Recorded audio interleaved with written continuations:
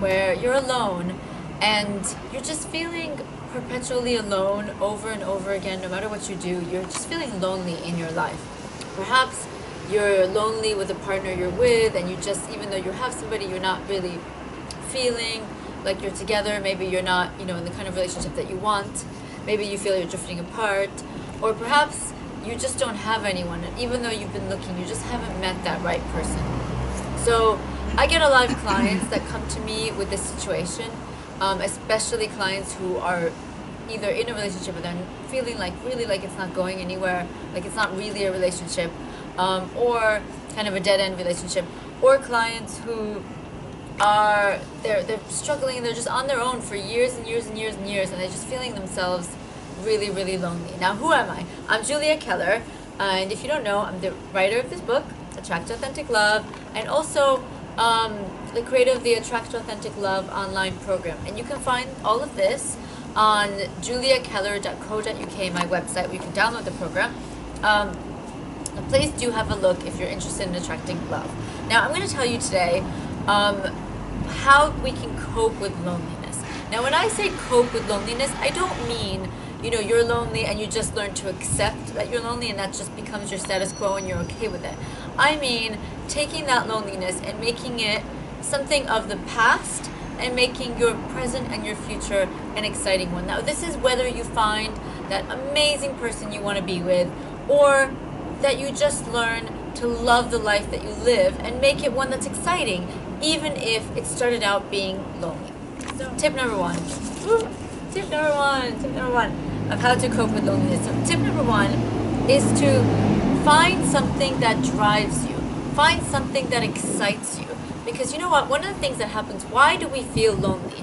One of the reasons we feel lonely is because we get stuck in a humdrum existence. So every day feels the same. So we go to work, if we're working. If we're retired, then we don't even go to work.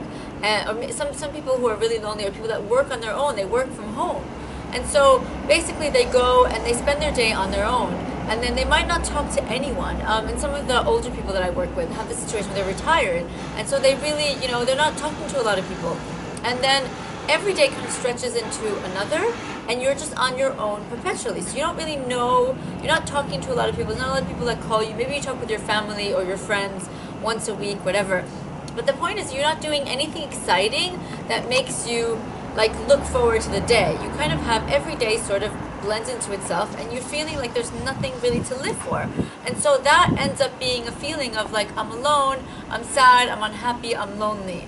So the first tip again, is to find something that drives you. Now, if you find something that excites you, something that drives you, something that you really want to live for, then what you do when you find that something, let's say that something is you love art.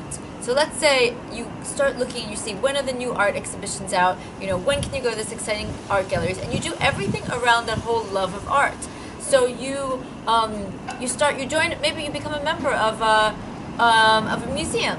And the thing is, these memberships are not even expensive. Or you join, you get the National Art Pass. Now, I've seen this all the time in the tubes, this National Art Pass, National Art Pass.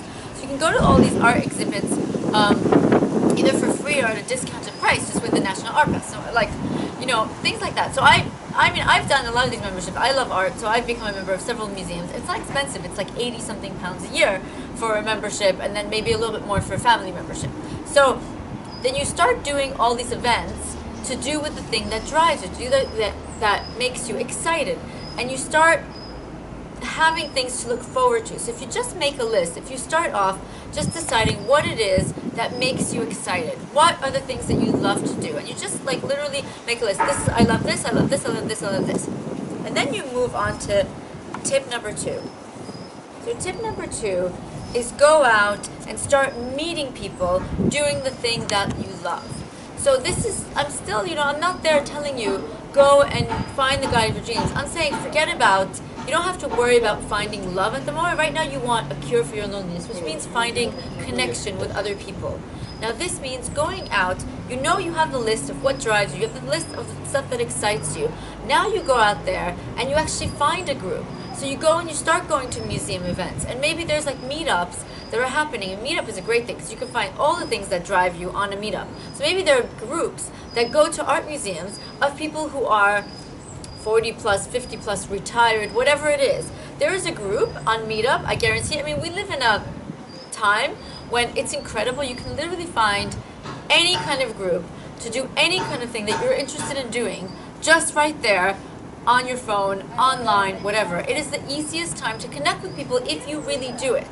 But it is also the time we're the most disconnected because we're not using all these tools in front of us, and we're kind of lost as to what do we do to find somebody. And because everybody's sitting there on the tools, so we're meeting people online, we're doing everything, people become disconnected. So my thing is, forget about, use the tools just to help you find where to go to meet these people. You know, I don't like just going online and meeting people online. I say, you know, go and like find where the stuff is going on. So go to Meetup, find where the Meetup groups are, go to your museum site and find out if you're a member of this art gallery or museum, whatever, where are the stuff happening? Are they doing like VIP things for the members? Are they doing parties for the members? Go and find the stuff that's going on and start doing the stuff that you love. So you know you made the list. This is what I love to do in tip number 1.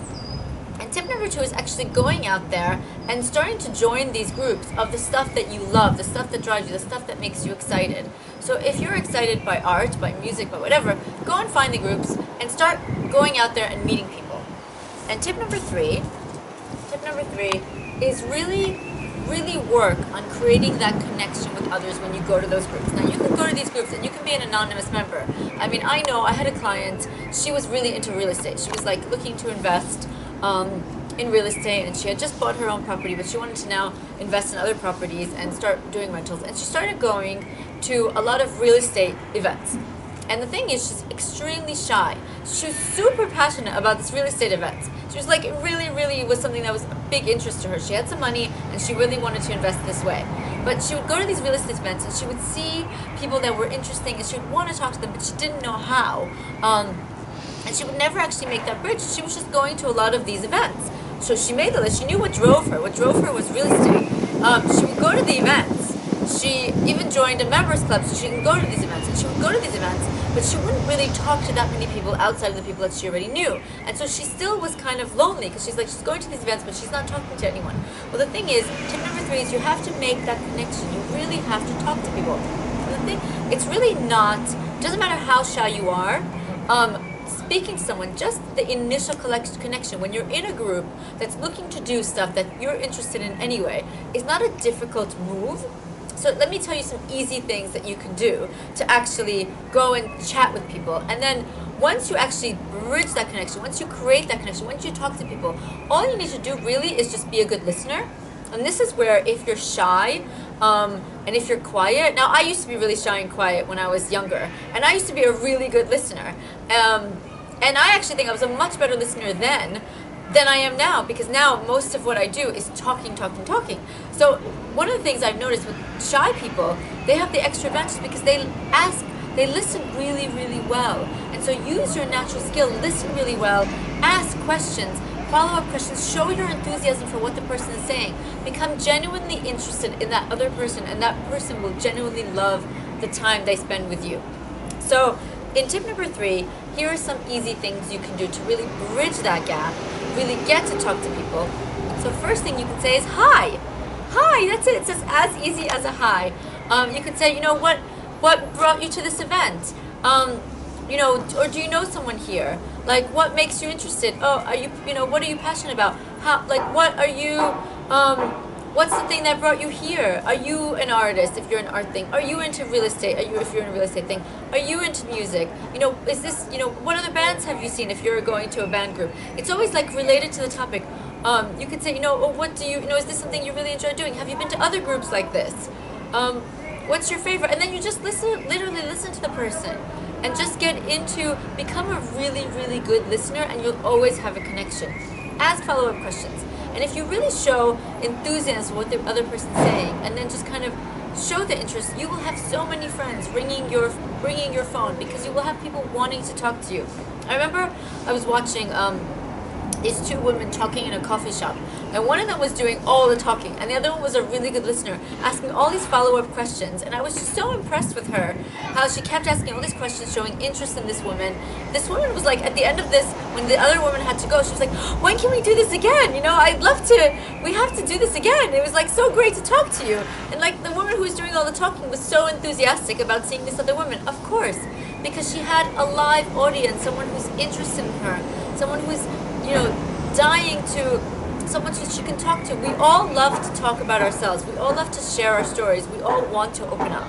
And if we find somebody that opens us up, even the shyest person would be like an open book and so keen to get to know you.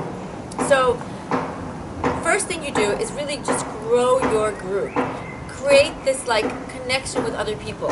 So once again, to just, you know, go back to the 3 tips.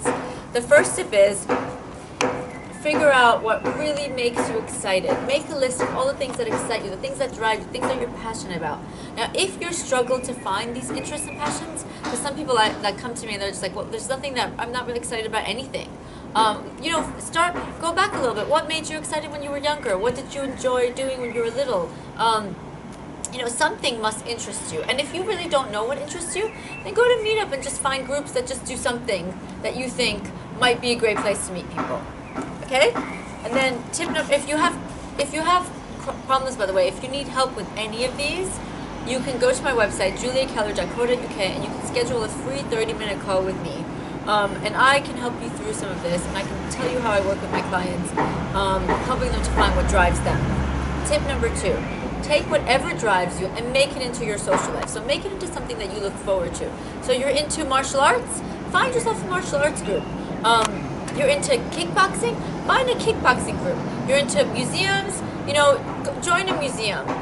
Go to these things. Go, you know, you want to go out and discover London? Find other people who are discovering London. Go to Meetup, find out what groups are out there. You're like learning languages? Find a language group. You can find people so well this way. And tip number 3, when you're in the thing that drives you, really make a connection. So this is not you're just sitting there, you're there for the lecture. No, you actually talk to the people there. You say hello, you say hi. How did you find this group? What did you think of the speaker? Did you find this interesting? Why are you here? What made you pick this? Have you gone to other groups like this? Have you seen other speakers like this? Have you gone to other bands? Where do you go to hear your music? Whatever it is that drives you. You're into food? Fantastic, go to food groups. There are so many food groups out there. I just recently was told about a supper club, which was like it's basically a lot of singles go, and they go and they meet each other. I mean, it's like fantastic. There's loads of different things going on around anywhere where you are. Now, if you live in a more remote kind of town, and it's a little bit more difficult, then you might, to find exactly the group that you want, find out what's going on in your town. What are the local stuff that's happening? Are there local bands playing? Is there concerts going on? Are there like events going on? Is there a running group? Is there like anything that drives you? Maybe there's a gym, maybe there's a place that like you can meet people locally if you want to be in your local town. If you have anything that you'd like us to do a video about, please do write us something, either on Facebook, Coach Julia Keller, Instagram, Coach Julia Keller, Twitter, Julia Keller UK. You can send us an email, info@juliakeller.co.uk, saying this is a topic that you'd like, or you can write us at the end of this video, thumbs up, and write a little comment, write a little question, say I'd like videos about whatever.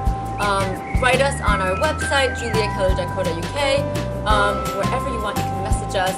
So thank you for watching. We really appreciate our audience, and please, if this is helpful, pass it on to people that you know. Do, let other people know, and do always click thumbs up. Thanks for watching. Bye!